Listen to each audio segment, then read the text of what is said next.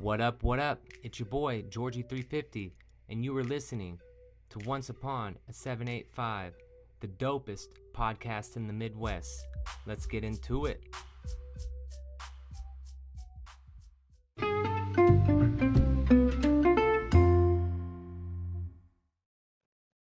What up, what up? It's your boy, Georgie350. And thank you for tuning in to Once Upon a 785, available on Spotify, Google Podcasts, and Apple Podcasts. And if you're listening, I would like to say, you fucking rock, and I appreciate the shit out of you. And if you fuck with us and you think it's awesome, go ahead and leave a review or a like on whatever platform you listen on because it helps the algorithm find more badass motherfuckers like yourself who might enjoy it too. But never feel obligated to leave a review or feel obligated to do anything. Just enjoy the episode. headshot. What up, and welcome to episode number 5. It really is what it looks like. Infidelity in the digital world. Where today we'll talk about cheating in general and why people do it. What the fuck is a back burner? Social media habits that are basically cheating. And if I think social media helps people cheat. So, today is September 19th, 2022. The time is always late as fuck. And how this episode is going to go down, as always, first, crypto updates, and then we'll get right into the juicy stuff. Infidelity in social media, and then some free talk and closing. But first up, crypto. Let's get into it.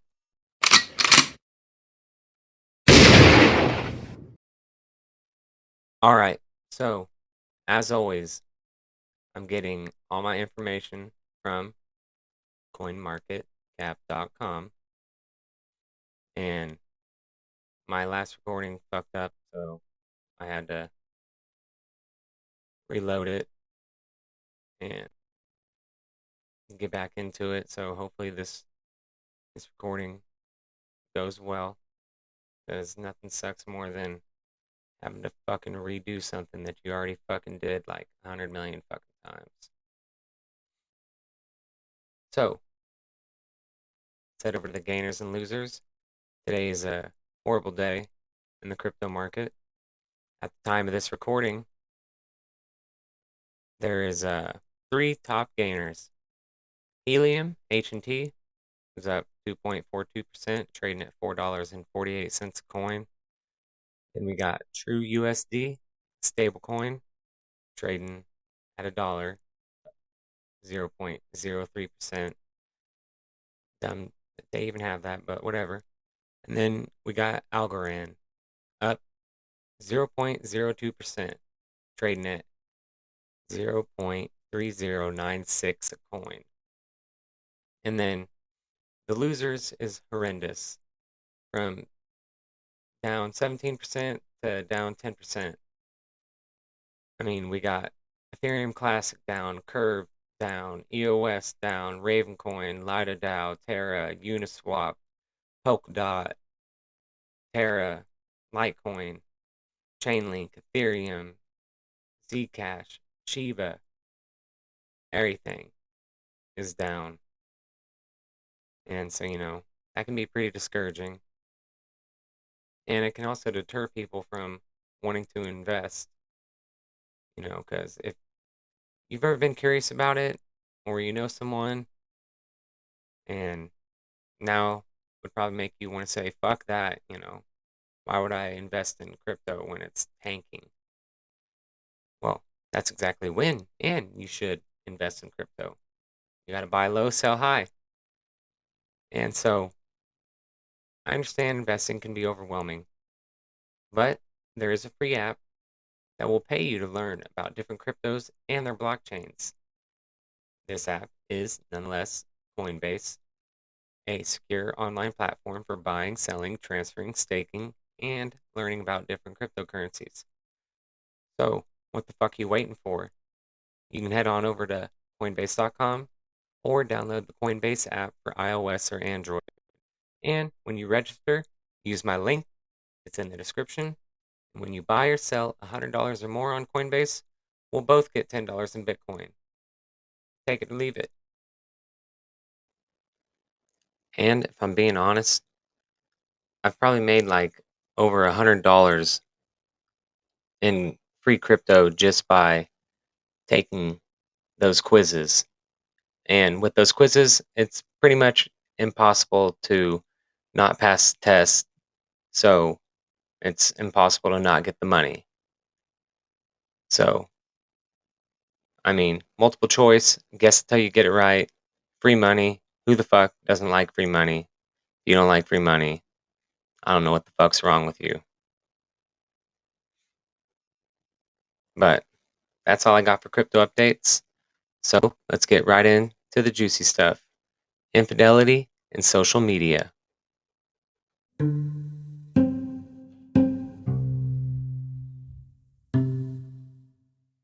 All right. Now, it really is what it looks like. Now, I'd like to start. Have you ever been in a relationship where you knew shit was fucked up just by the way they were acting with their phones, but you didn't want to believe it or you just couldn't prove it? That constant feeling of anxiety with a bunch of fucked up scenarios constantly going through your head of what might be happening? I know I sure fucking did. And in most of my experiences, I've came to the conclusion that most of the time, it really is what it looks like. Okay, so the reasons people cheat are endless, and more people every day start the secret love affair through social media. Now, I was thinking, back in the day, I feel like it was a lot more work to have an affair. I mean, we didn't get rotary dial phones until the early 1900s. And if you don't know what the fuck a rotary phone is, it's the phone with the spinning dial. Okay. And I mean, before that, it was writing fucking letters. So, in my opinion, I feel like you would have had to physically meet a person, get their address, or get their phone number just so you can try to spit some game. But back then, if you called someone, especially someone who was cheating on their spouse, you better fucking hope they answered. Because if they didn't, whoever picked up the phone, they don't know who the fuck you are. And I don't know if anyone remembers what people did before caller ID, but when I didn't know who the fuck was on the other end of the phone, I would hit them with the, "May I ask who's calling?" And if you're trying to have an affair with a married person, you definitely don't want to give up your name. So now you're fucked. But now, in this day and age, it's so easy to cheat. All you have to do is slide into their DMs on Facebook, TikTok, Instagram, fuck, send a Snapchat, or even write a secret note to each other, and not like the secret notes from middle school. Nowadays, you can start and carry on an affair from the comfort of your own fucking home. It's pretty fucking convenient, right? And to make it even fucking easier, you can do it all right there on your smartphone. So, why do people cheat? So, I found this thing online that it's a it's a site, it's an article that was posted, scientificamerica.com, and I'm just going to go over some of the highlights.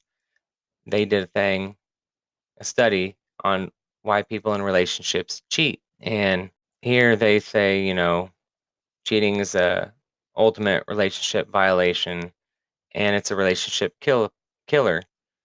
People love gossiping about it, and but these scientists, they can offer us a new insight on this topic, often shrouded in stigma and mystery.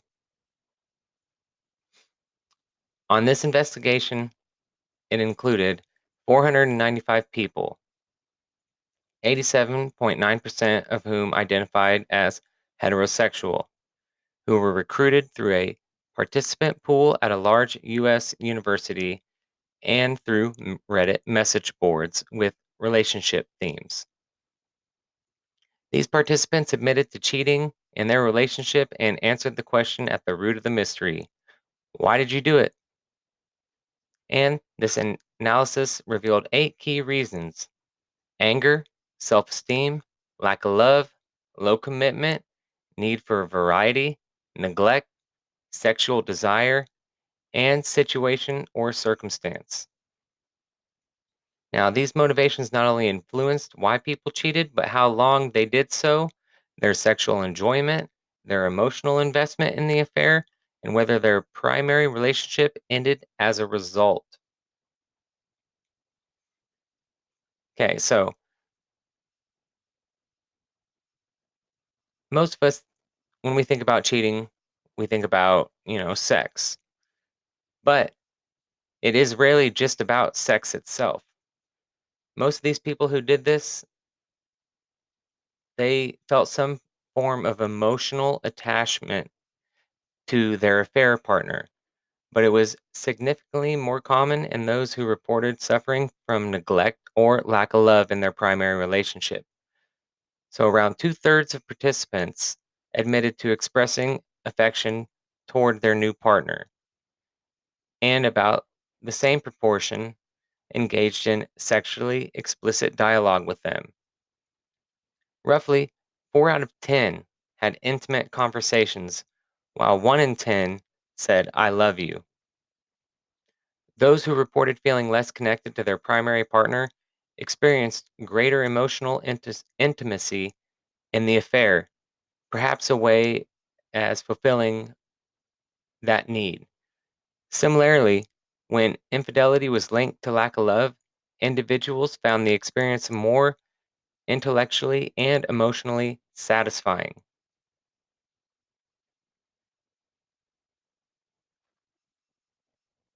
Now, people whose satisfaction with sex differed depended on the reason for their affair.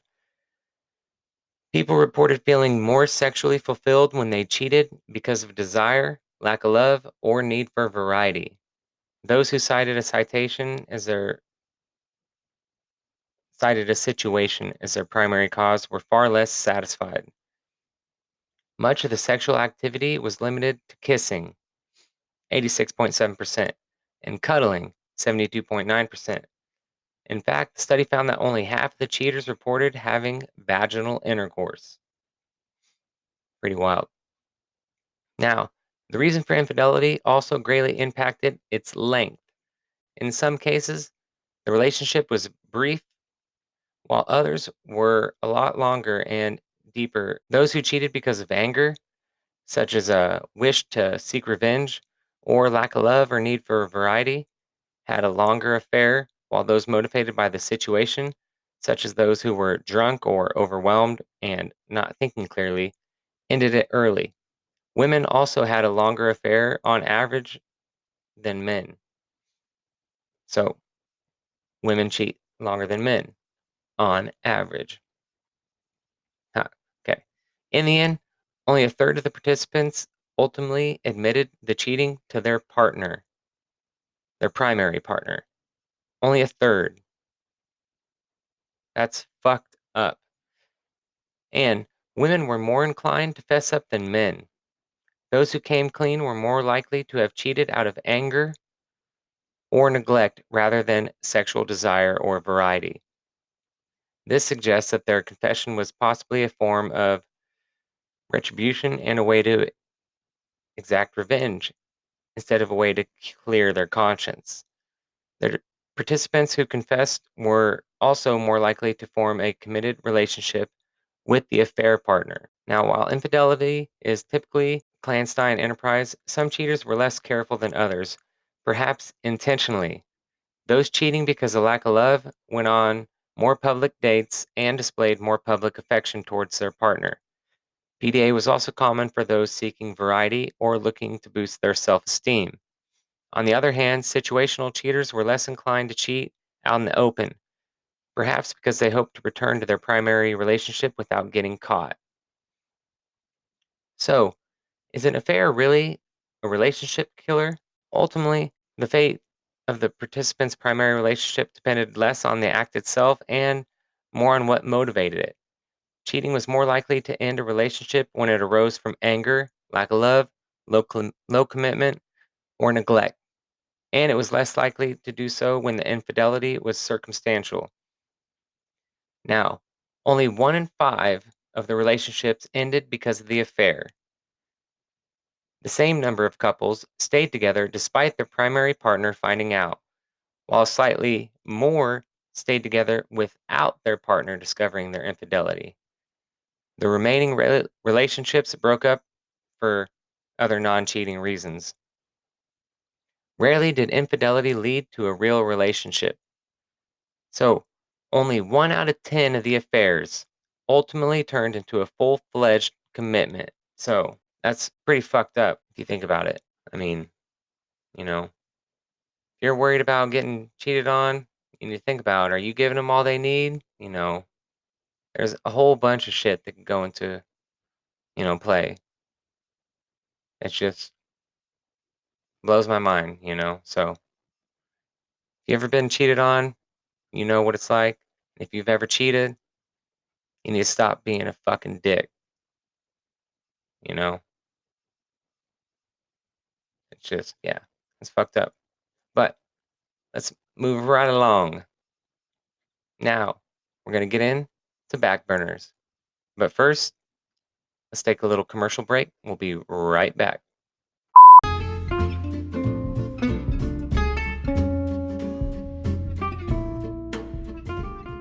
Hello, this is Jordan with Midwest Speciosa LLC. For me, Kratom is not just a choice, it's a lifestyle. But you may be asking yourself, what is Kratom, Jordan? Well, I'm glad you asked. Kratom is a safe herbal supplement used by millions of Americans to manage pain or as an alternative to coffee to help with their mood and focus. Natural kratom comes from a tropical tree in the coffee family native to Southeast Asia and has been used for centuries in traditional medicines. Kratom has been safely used for decades here in the United States and is becoming increasingly popular because of what it is and what it isn't.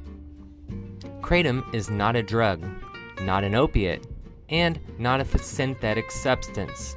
Natural kratom is a safe herbal supplement that is used by millions for pain management or an energy boost.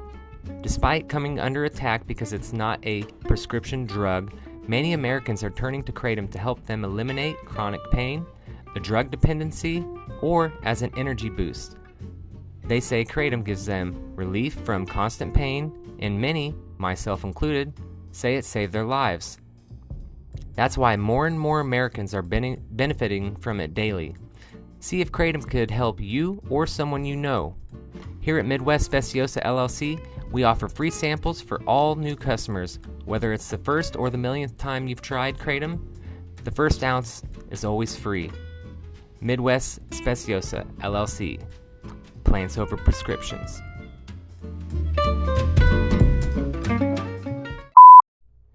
Disclaimer.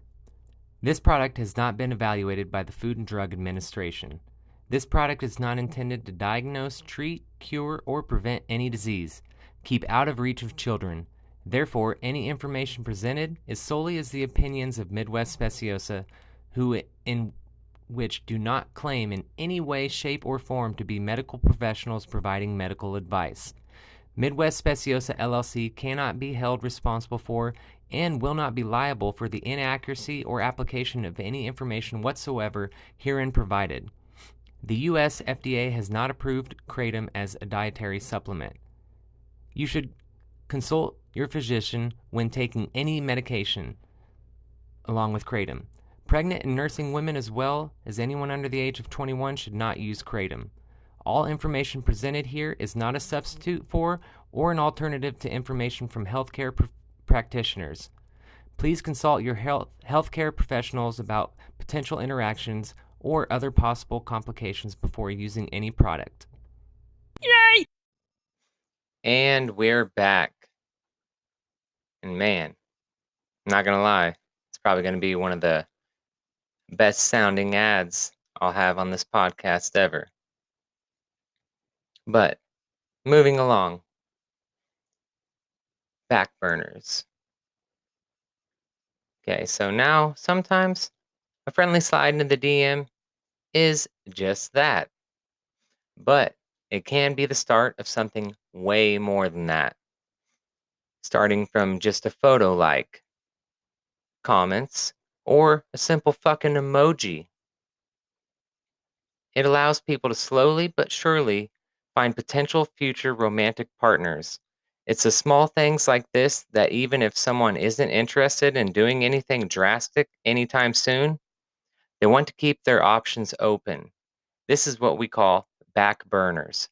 Back burners are the people that you are attracted to, that you keep in touch with, just in case your current relationship goes to shit. They could be anyone from exes, coworkers, or even random motherfuckers on the internet. Now, there's this sex and family therapist, Jacqueline Cravens Pickens. She is also the director of Texas Tech's Addictive Disorders and Recovery Studies program. Now, she's studied the relationship between infidelity and social media for almost a decade. She says that Facebook and other social media platforms encourage cheating by offering a false view into people's lives. Now, the majority of people going online aren't posting about their problems or their struggles, which, don't get me wrong, hella people do that too. For the most part, it's I'm on this badass vacation, or I did this fucking amazing thing, or look at my fucking awesome food I made. The version, this version of life often looks more attractive than the unedited real one of the person who's frantically scrolling through the feed. And what's so fucked up is that if people are doubting their relationship or their own happiness, they go to social media and they look at somebody else and they think, wow, they have it all together. They're this happy, attractive person with such a nice life. Fuck that. And Facebook, in particular, makes reigniting old flames and backburning way too fucking easy. In most cases, you probably already have mutual friends with said person. You went to school together, you live in the same city, or you used to work with, or even currently work with either an ex or someone they once crushed on. Then, in no time, here it comes. Social media's algorithm ready to drop your ex's picture like a bomb on your phone screen. When that happy, attractive person is someone with whom you've already shared an intimate connection, you're more inclined to connect. Now, that sex and family therapist Cravens says, and I quote, I've seen couples who've been married for 15 to 20 years getting on Facebook, reconnecting with old flings from high school that they haven't seen in forever. It starts as an innocent conversation of, how's life? What have you been doing the last 20 years? And very quickly, over computer mediated communication, it develops into, well, marriage is hard and I'm not happy. Oh, no, neither am I. And then you combine curated photos, constant Facebook use, and the ease with which the social media platforms allows you to connect, and things can go from hello to hella cheating in no time. Now, there's this other guy, um, Dibble. He's an assistant professor of communications at Hope College, and he's actually the researcher who coined the term backburner. And he did a study in 2014 called Using Modern Technology to Keep in Touch with Backburners, an investment module analysis. He found that while men are more likely to have nearly twice the number of backburners as women, both genders have them. Of more than the 300 people he surveyed for the study, nearly all of them said they'd had sexual conversations with at least two people outside of their primary partner. He says it's well established in social psychology that even people who are happily involved in committed relationships still consider their options. So while someone may have no intention of leaving, they're still searching the horizon. He says your scanners are still on. Even if they're dulled and blunted a little bit, they're still on. They're still kind of noticing who else is out there. If for no other reason, then you want to remember or you still want to know that you got the best deal. This behavior is natural. It's the relationship equivalent of flipping the channels, but by triggering that what if sensibility. Facebook and other social medias, they distract you from your own relationship, making it harder for you to be fully present. People don't set out to cross a boundary or set the groundwork for an affair, but internet communication makes it easy to get into. When you're behind a keyboard, you have time to cultivate the perfect response and the best version of yourself, or fucked up, even a version of yourself that in real life doesn't even exist. Now, is digital infidelity a crisis? It's hard to say. What is certain is that it makes it so much easier to find connection outside of your own marriage. And it's impossible to recognize warning signs because keeping a back burner is almost universal behavior on social media. And I mean, fuck, that's back burners. That's fucking crazy shit. That's it's a wild world that we live in. But moving right along, I found a site that they have 20 social media habits that could be considered cheating. And I'm just going to go over those real quick. But first, let's take another quick break. Here's a quick ad. What up? So now, this site, 20 social media habits that are basically cheating. Okay. So what they say, and I'm just going to kind of, read these, give my 2 cents, you know. So, number one on their list, they got creating fake profiles. They say, while there's always the chance that somebody has a fake Facebook profile for the sole purpose of online trolling, it's likely a sign of more suspicious behavior. Facebook cheating. If your significant other has a fake social media profile, it's far from out of bounds to ask them why it's there and what exactly they need it for. And I totally agree. You could use it for trolling, or if you got multiple Facebooks, then you're fucking crazy. I mean, I know people that have did it for the dumbest fucking reasons. Cheating is always up there with one of the dumbest fucking reasons. Now, their second one, I totally fucking agree with. Posting flirty photos. If your social media posts have gone from PG to NC-17 in a matter of weeks after someone you're attracted to started following you, you might be social media cheating. Posting photos for the purpose of tempting someone other than your significant other isn't exactly innocent. So, yeah, I fucking totally agree with that. People that they post pictures just to get other people's reactions because they need to get validation from someone other than the person they're with is fucking dumb as fuck.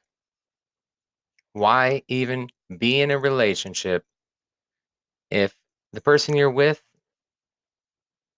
them telling you that you look good or whatever, that's not enough? then why the fuck are you even with that person? When I'm in a relationship, the only validation I need about myself is from my significant other. I don't need anybody else on fucking Facebook to tell me if I look good or not. If you're single, by all means, do you. Nothing's better than when you're single than to get a bunch of people hitting on you. It's fucking awesome. If you're in a relationship, you don't need to do that. You're already past that. If you do, then you're probably a whore and you're a fucking cheater. Okay, number 3, using code names. If you're renaming contacts in your phone or any communication with people using fake names online, it definitely seems like you got something to hide. If you're being fully faithful with your partner, you shouldn't feel the need to hide who you're talking to. And I agree 100% again. I was in a relationship with someone who literally changed the names of people in their phone, in their Snapchat. Like, you're fucking psycho. Why do you even date someone if that's how you're going to be? I mean, people are fucking dumb nowadays. And it's honestly why I don't think I'll ever be able to trust anyone ever again or be in a relationship. I'd rather just be single. So the only person I got to worry about fucking me over is me. Now, number 4, constantly checking someone's statuses. So, even the most faithful partners will occasionally check in on an ex's social media from time to time.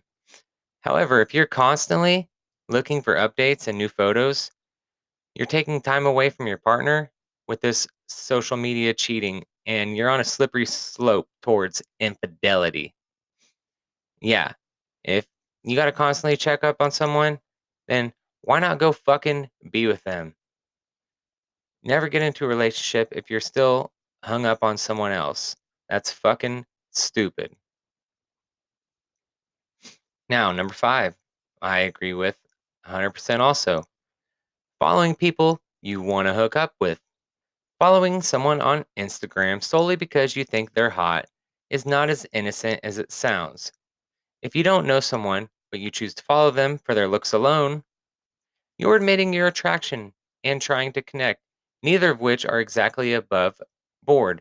In short, this could be considered what they say is Instagram cheating. Yeah, I know so many people that they follow people, they have no clue who the fuck they are or anything, or even if they're real, solely just because they think they're hot. Dumb as fuck. Okay, number 6, commenting on an ex's photos. Now, if you were to say something like, congrats on a photo of your ex's new baby, they say that's fine. I say that's fucking still weird as fuck. I mean, when it comes to baby mamas, I'm pretty sure I got all of them blocked on social media,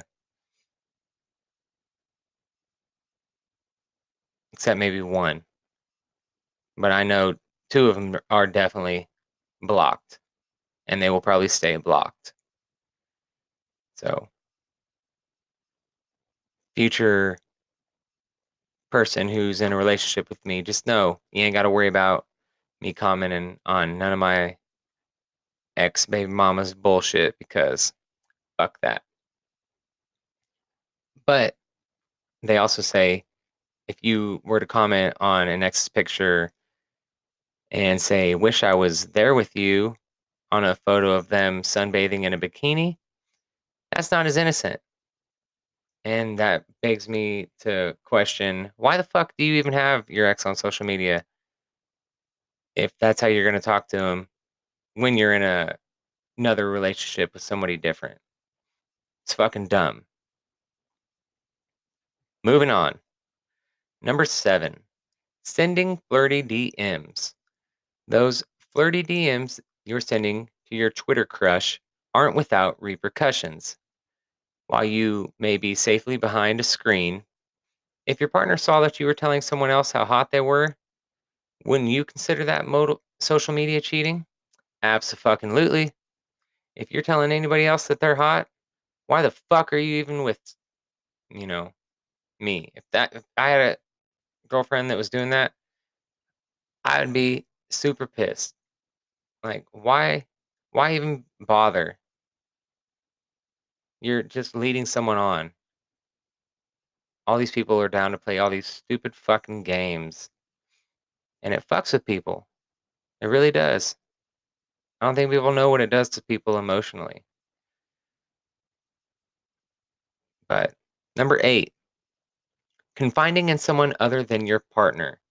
This is another one I agree with. It's total bullshit. Intimacy extends far beyond the physical. If you're confiding in someone other than your partner and leaning on them for emotional support, you're pretty much fucking cheating. And you might as well just hop in the bed with them. Because if you're upset and you're talking to anybody but your partner, that's fucking stupid. Stupid. Number 9, reminiscing with an ex. Many exes can be social media friends without incident. However, if your social media relationship with your ex starts going down the rabbit hole of rehashing all those great dates you had, your partner probably is justified in feeling a little bit lied to. Totally understand that. Number 10, sending pictures. So, unless you're asking a close friend to help you decide between outfits, sending photos of yourself to other people on social media should be generally considered off limits in normal relationships. So, yeah, if I'm with someone and they're sending pictures to any dude that's not me, that's fucked up in my opinion because I would not do that. I don't know. I feel like I am the last of a dying breed. Number 11, using sexy emojis. Fucking emojis. So just because you're not using explicit language doesn't mean you're not crossing a line. Emojis can paint just as vivid of a picture. An eggplant here and a donut there, and fuck, you know? Smiley face with the hard eyes, you know? An emoji can mean 1,000 things, all while just being a picture. Number 12, messaging an ex. Everybody just needs to get off their fucking exes. They're your exes for a fucking reason. But if your ex still has a box of all your stuff, by all means, message the fuck out of them to get that shit back. However, if you're just sending them a message to check in or catch up,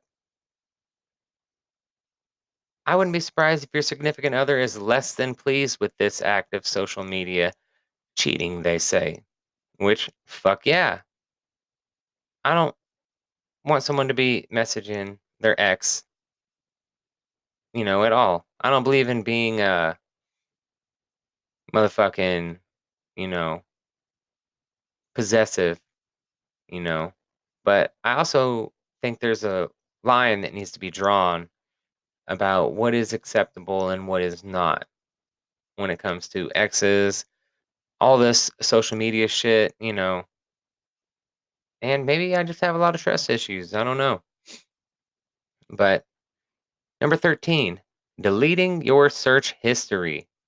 Absolutely bullshit. Yeah. If you feel the need to constantly erase evidence of who you've been looking up on social media, consider yourself fucked.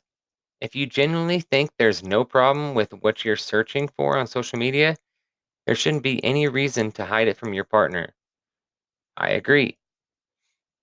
If you gotta clear your Google history, if you gotta clear your fucking, text messages. I know people that they erase their text every day. Fucking sketchy. I know people that look up people on social media and then they got to go through and clear their search history on specific social medias. Sketchy. I know people that they clear the conversation on Snapchat, which, side note, even if they do that and you want to figure out who the fuck they're talking to on Snapchat, if you can get a hold of their phone, all you got to do is act like you're going to send a snap, boom, hit send, and then there you go. Top friends. They're top friends. That's the top motherfuckers that they're talking to. So you're welcome. 14. Constantly messaging flirty friends. So it's human nature to seek validation. However, if you're constantly messaging people who love nothing more than to remind you how hot you are or smart or funny, then you're getting pretty close to infidelity, which that's kind of like what I said earlier. If you have to constantly seek validation from people that aren't your partner just so they can tell you how good looking you are, you're fucked up. And I think it's bullshit. Now, number 15, complimenting people's physical appearance. Okay, there are plenty of ways to appreciate someone cute without actually offering up compliments. When you start leaving thirsty comments on people's photos, however, you're switching from being a passive and an active participant in social media cheating. So, yeah, don't be leaving thirsty comments on people's photos. Number 16, telling secrets. This I agree as well. Your partner should be the only person you can tell anything to. If you're confiding in someone other than your partner on a regular basis and sharing things you wouldn't tell your significant other, then that's pretty much cheating. You might as well be dating that motherfucker in actuality. Number 17, exchanging contact info. If your relationship with a friend on social media is truly innocent, there shouldn't be any reason to contact them via other ways. Even if you don't consider taking your digital friendship offline, Facebook cheating, it is, at the very least, pretty fucking suspect behavior. Now, I got some firsthand fucking experience with this. If you're with someone and all of a sudden they get a call from somebody and you're like, who the fuck is that? And they say, you can see the name. You're like, well, who the fuck is that? Why the fuck are they calling you? I don't know. Well, then fucking answer. I don't want to answer. Oh, well, why wouldn't you want to answer? Probably because you're fucking sketchy and you're doing shady shit. That's why. Next number 18. Or friending sexy strangers. Okay, social media is all about making new friends and reconnecting with old ones. However, if you or your significant other are accepting friend requests from people based on nothing other than their profile photos, that's kind of a sign that you're not going to be all the way faithful. Now, I mean, if you're not in a relationship and you're single, like right now, I'm single, by all means, I'll add whoever the fuck I want. And I will base it off their profile picture. I don't want to add people that I don't find attractive if I don't want to. But if I were in a relationship, I wouldn't even think about it, you know? And I might even go through and delete all these motherfuckers that I added based just on the way they look. You know? It's just how I am. Number 19, sending racy messages. Flirtation on social media can quickly devolve into something a lot less innocent. If you're sending raunchy messages to someone on social media, don't be surprised if your significant other considers that a serious breach of their trust. I agree. I mean, you shouldn't be sending raunchy messages to anyone other than your partner unless you guys got something worked out, and whatever the fuck. But it's wild that they even have to, that there's even a website with an article about this shit, you know? And lastly, number 20, making plans to meet up. So, pretty fucking obvious. Social media cheating can extend into the real world, with the exception of getting together with someone you met online to buy something. If you're planning to meet up with someone you met on social media, you can definitely consider yourself a cheater. So, that is 20 social media habits that are pretty much cheating. And yeah, so I think now we're going to go ahead, move into some free talk, and get up with the closing. And there you go. Now we enter free talk. And I know some of you might be thinking, man, he must really hate social media. 5 episodes, and 2 of them were about social media. And they were both pretty negative things about social media. But, I mean, social media does have a place. Everybody uses it for different things. I don't fuck with social media on the same level that most of the world does. Um, I do hate social media. I fucking despise it. I think it is a horrible fucking thing that is not only ruining people like you and me, but I worry about the effect it's having on children. I worry about my children all the time. Like, I don't know why a 9-year-old thinks it's okay to be on TikTok or other apps that they say are kid friendly, which no, they're not. I mean, you go on the Snapchat and I don't know if it's called Reels or whatever the fuck it is. It's pretty much like TikTok on Snapchat. All it is a bunch of girls posting provocative videos. And I don't know how that's good for kids at all, you know? And with, you know, how easy it is to cheat nowadays, it's honestly sad. I mean, I feel like my parents have been married my whole life. I'm very fortunate to have had a mom and dad who have been together my whole life and are still currently still together. That shit doesn't happen anymore. I mean, people are either not getting married at all or getting divorced. I mean, I've never been the the cheater in a relationship.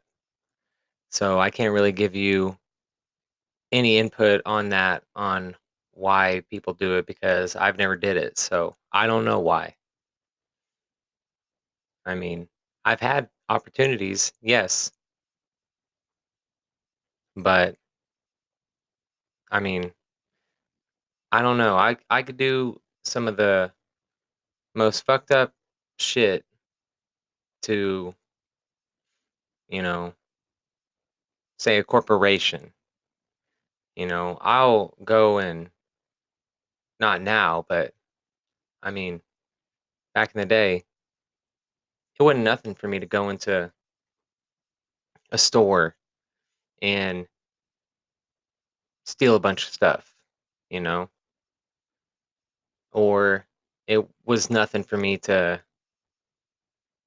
go around late at night and, break into people's cars. That didn't bother me. But the fact of cheating on a girlfriend, I don't know. It just fucking, I couldn't do it. It drove me crazy.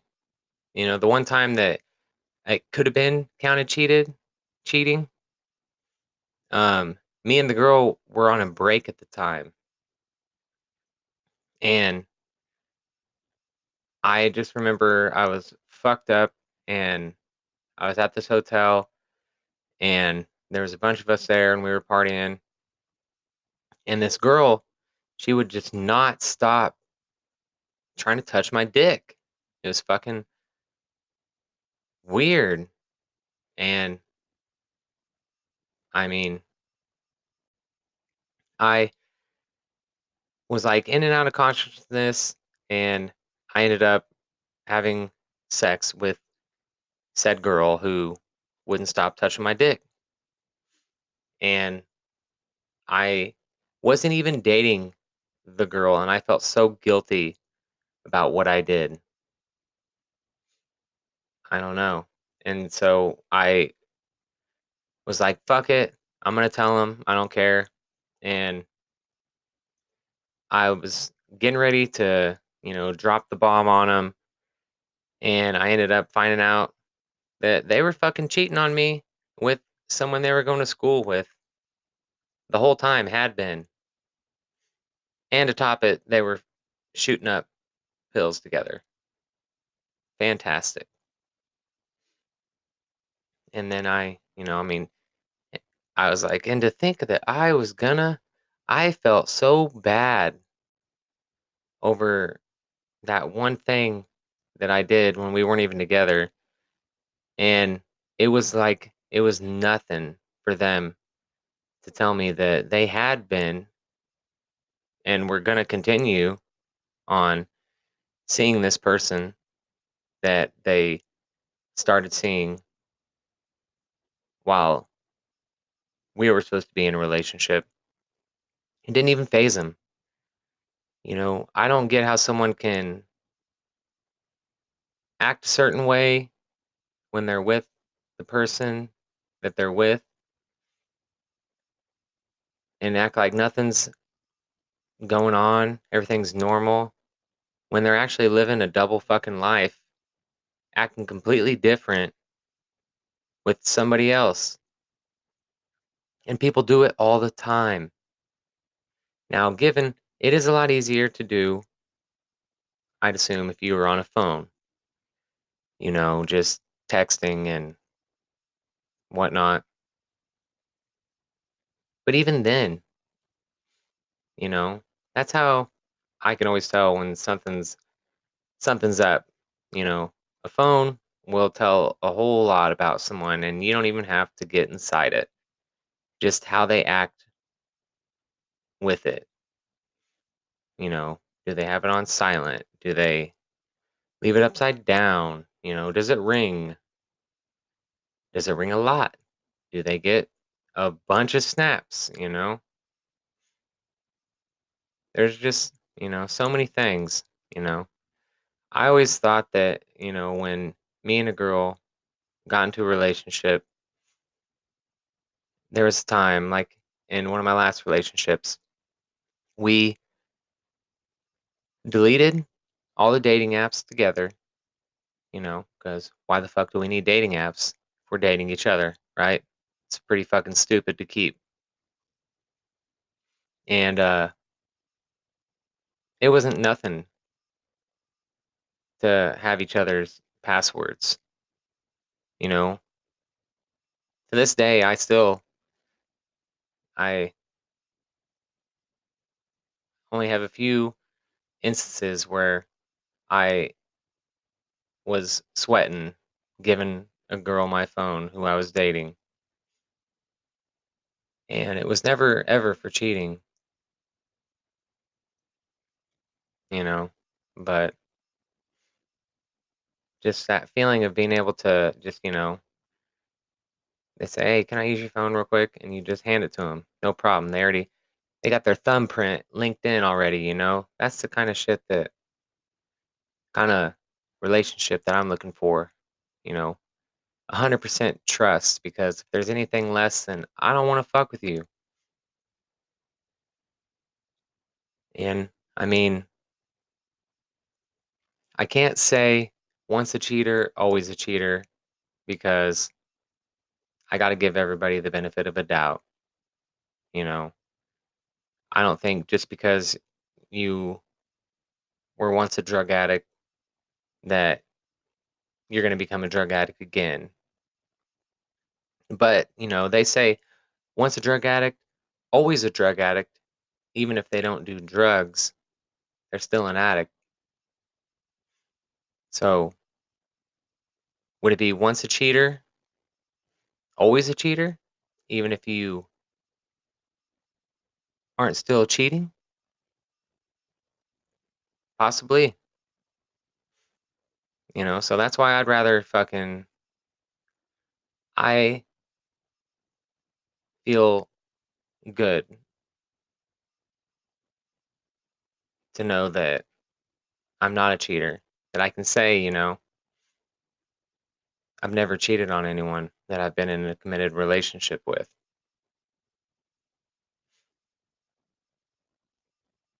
And, you know, another thing is,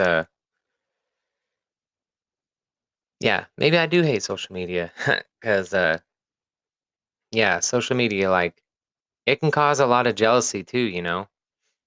Your significant other could post a picture and it could be of them, and you scrolling through the comments and you're like, who the fuck are all these motherfuckers liking my fucking partner, you know? Like, what the fuck? Who the fuck is this? Why the fuck did they heart you, you know? All these different things that 20 years ago we never even would have thought would it be a problem, you know? It's fucking insane how much influence social media has and what it's become in our everyday lives. And I mean, it's fucked up because I'm gonna close, once I end the podcast, I'm gonna upload it to all social media platforms, you know? So I hate it, but I fuck with it, you know? I do use the social media as a platform to promote myself.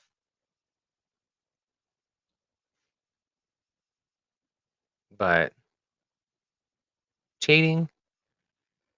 Nah, I can't do that. Oh, and I said in the beginning, um, writing love notes and not like love notes we did in middle school. So I heard a thing about the iPhones, and the person said that they could send a request to someone for them to be on their note. They could share the note, and instead of texting, they could just update the note back and forth. And that's how they got away with cheating. And I was like, no shit. That's fucking crazy. And so I thought about it, and I just now figured I'd look at it. I found it on a website. I'm on Broader, Orland, Murray, and Damati LLC, Divorce and Family Law. So their website, ctfamilylaw.com. It's a blog from, I want to say, March 2019, March 29th, 2019. How to catch a cheater. So their number one thing they have on here is iPhone Notes. Most people use this application to take notes or set reminders. However, did you know you can share notes with another person? When you share your notes with another person, each enabled user can edit and view the specific notes page. So instead of sending text messages or emails, a cheating spouse can communicate with his or her paramour through the Notes app without leaving an electronic transmission trail such as a text message or an email. That's fucked up. So they were right. Oh, they also have screen time. This new feature for the iPhone tracks how much time a user spends on his or her iPhone each day. The data is further broken down by minutes spent on each app, messages transmitted, and phone calls. So if your spouse is spending more time than usual text messaging, or if they're spending more time using a new app, especially a new messaging app, WeChat, WhatsApp, Slack, Messenger, it may be an indication that they're hiding something. I like these guys. They got good points. Uber. What the fuck? Unlike texts and emails, absent completely deleting the Uber app. There is no way to delete the trip history, so by accessing the Uber app, you can see your spouse's entire ride history. Okay, so whatever, yeah. Vault or Keep Safe are apps that let you store electronic data, including photos and videos, in a password protected folder. Okay, so yeah, like hiding pictures. I get that. iCloud is accessed by inputting an Apple ID and password. Per Apple, iCloud backups include nearly all data. iCloud backups do not include data stored in other cloud services like Gmail. Well, okay, yeah, Google Maps, you could view their timeline, which, fun fact, that's how I found out one of my baby mamas was cheating on me. I may or may not have got into their Google when they were supposed to be somewhere doing something when I had a feeling that they weren't. And lo and behold, I get on their timeline and it says, "You are here." And here was a hotel, not where they said they were. And so, yeah, timeline, if you don't know about it, Google Maps, timeline, most people's phones, they're automatically set to default record everywhere they go, how long they're there, you know, as long as their phone's on them, it should go. But yeah, iPhones and the whole notes thing is fucked up, you know. I've actually the more and more I've dug about a bunch of stuff, I don't know if I could be with someone who has an iPhone just because of the fact that I think iPhones are such sketchy devices that the people who use them are automatically more sketchy than someone who doesn't have an iPhone. I mean, that's totally my opinion, you know. I just I fucking hate iPhones. I think they're just right up there with Facebook and helping people cheat, which I've heard about a bunch of the new updates and shit that they have, and I don't even want to get into that because that's for another day. But I think I need to go ahead and wrap it up. I want to thank you for listening to my fifth episode of Once Upon a 785. It really is what it looks like. Infidelity in the Digital World. I'm your host, Georgie350, and as always, I'd like to hit him with the outro, bitch. Middle of the map, can't swear I'm at. You can say I'm whack, it's just not a fact. Can't tell if I'm awake or I'm in a dream. I just know I'm geeked.